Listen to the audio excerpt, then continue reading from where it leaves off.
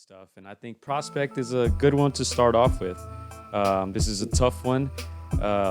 We were mentioning before the podcast started, I don't think there's a clear-cut winner for prospect of the year. So I don't know who wants to begin with this one. This one's a bit of a tough one.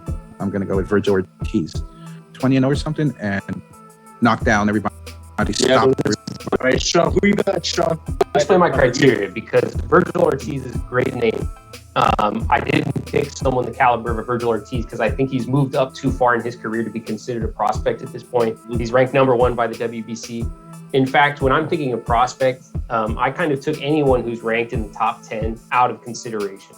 So if you guys are like, hey, what's up with Virgil Ortiz or Sebastian Fondura or all these different guys, Tim Tszyu, all those cats, they're all in the top 10 at this point. And I think that, they're really in a position to start competing for belts and against other guys in the top 10 who are all named fighters.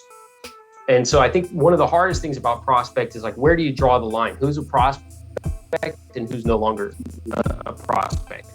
And if you say, well, a prospect is anybody that's not a champion, then okay, yeah, I can see why you pick someone like Virgil Ortiz. I kind of went further down the line than that.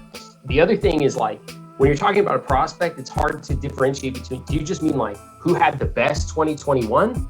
Or do you mean who has the most potential as a fighter in in the future? So I kind of try to find someone in the middle, someone who has a lot of potential, but also had a really good year, right? And so when I looked at that, the two names that kind of stuck out were Montana Love and Jared Anderson, right? So these are both guys who are not ranked in the top 10. I think Jared Anderson's like not even in the top 25 rankings right now. And Montana Love is outside the top 15, I think, for most of them. Both those guys fought 4 times against pretty good opposition, in fact. Montana Love, Branchek, and he had another opponent who was really highly ranked, opponents with good, solid winning records. Montana Love stopped 3 of his 4 opponents. Jared Anderson stopped all 4. So I think looking at those guys, that's where it landed. Now, there are other people that I'm sure are going to pop up in the chat. Cats like, Edgar Berlanga and just younger guys, you know what I mean? Mark Castro.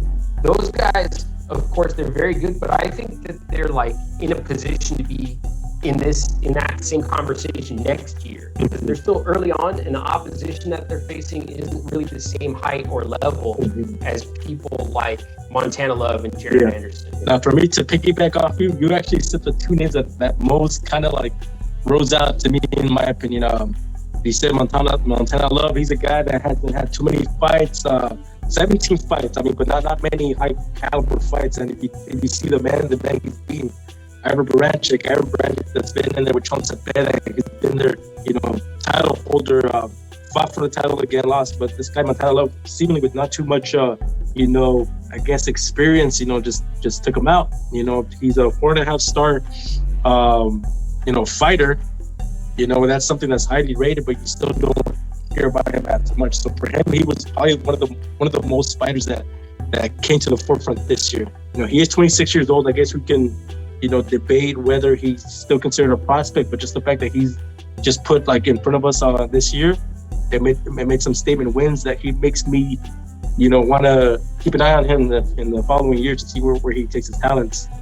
I would have put Jared Anderson though. Jared Anderson, not because, the heavyweight division, we've already seen what happened with, Deontay Wilder being, destroyed in those 3 fights. So now the heavyweight division is clamoring for another name. And I think Jared Anderson has that persona. He's very entertaining inside the ring. His ring entrances have made me want to keep an eye on this guy. So I think for me, Jared Anderson is the prospect of the year for me for 2020. So you're changing your answer. No, for my picks, I see some of you guys in the comments saying Xander Zayas. I think that was one of the names that was thrown out there. He threw his name out there himself. I don't think he should be prospect of the year. He did have a lot of fights this year, 6-0, 4 KOs. Still 19 years old, very young. Honestly, up to about 2 hours ago, I wanted to say a guy like Diego Pacheco. Diego Pacheco, he fought 3 times this year, 2-0. He fought on big cards. He fought on the Canelo Yildirim undercard. He fought on the Mikey Garcia undercard. He was sparring all the best guys at 168. But I kind of changed it up last minute, and I'm surprised that a lot of people didn't mention Jared Anderson. I think he had very good wins this year. He improved to 11-0, 11 KOs. He's 22 years old. 4-0, 4 KOs this year, and he faced decent opposition, at least compared to a guy like Zayas. You know, Jared Anderson, his opponent's records, I'm gonna just go ahead and read them. He faced a guy 5-1, 16-2, 22-0, and 17-1, and in a very hot division right now, in a very dangerous division. I think he's my pick. Yeah, for me, I'll stick with Jared Anderson just because of what you just mentioned, Gio. You know, picking up great wins and a young guy, good personality. I'm gonna go to some comments. Jake Paul, hey man, no Jake Paul, no love for Jake Paul. I don't know, man. He's exciting. I mean, he's bringing eyes to the sport, but I think there's a lot of people that are divided whether we want to consider him, I guess, in the full on boxer. I mean, especially when he's not fighting actual boxers. But I mean, he's bringing excitement.